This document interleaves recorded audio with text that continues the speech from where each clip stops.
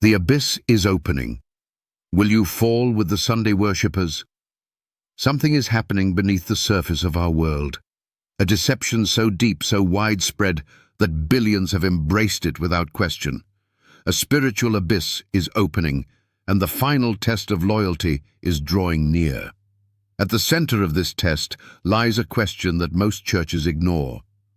What day does God command us to worship on? And what happens to those who follow man's counterfeit day? The answer begins in the very law of God. Exodus 20:8-11. Remember the Sabbath day, to keep it holy. The seventh day is the Sabbath of the Lord thy God. This commandment is not hidden. It is not symbolic. It is clear and eternal, written by God's own finger, spoken with his own voice, and established before sin even entered the world. Genesis 2:2-3. So, why are the masses worshipping on Sunday?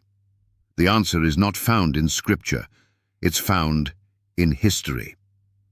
In 321 AD, the Roman Emperor Constantine, a sun worshipper, issued a law declaring Sunday, the venerable day of the sun, as a day of rest.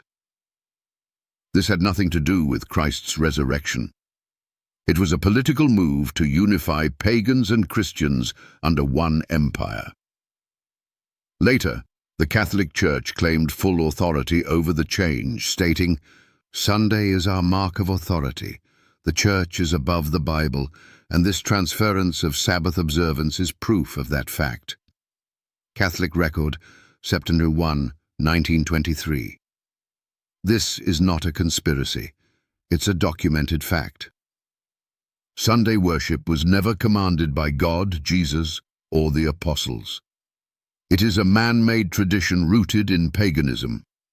Now, in the final moments of Earth's history, this false system of worship is rising again. Revelation 13 and 14 describe a time when all the world will be forced to worship the beast and receive his mark. And at the heart of that mark is worship, who you obey. Revelation 14:9-10 warns, "If any man worship the beast and his image, and receive his mark, he shall drink of the wine of the wrath of God." That's not about a chip. That's about obedience. Will you obey God's law or the traditions of men? Here's the challenge to every skeptic and non-believer. Show one verse where God changed the Sabbath from the seventh day to Sunday. Show one command where Jesus said to keep Sunday holy. Show one passage where the apostles worshipped on Sunday as the new Sabbath. You can't, because it doesn't exist. Every Sunday church service is built on human tradition, not divine command. Jesus warned in Mark 7:7, "In vain do they worship me, teaching for doctrines the commandments of men." So what does all this mean? It means the world is being set up for a final deception. The abyss is opening, not a literal hole in the earth, but a spiritual one, pulling souls into darkness through false worship. Revelation 14:12 identifies the faithful. Here are they that keep the commandments of God and the faith of Jesus.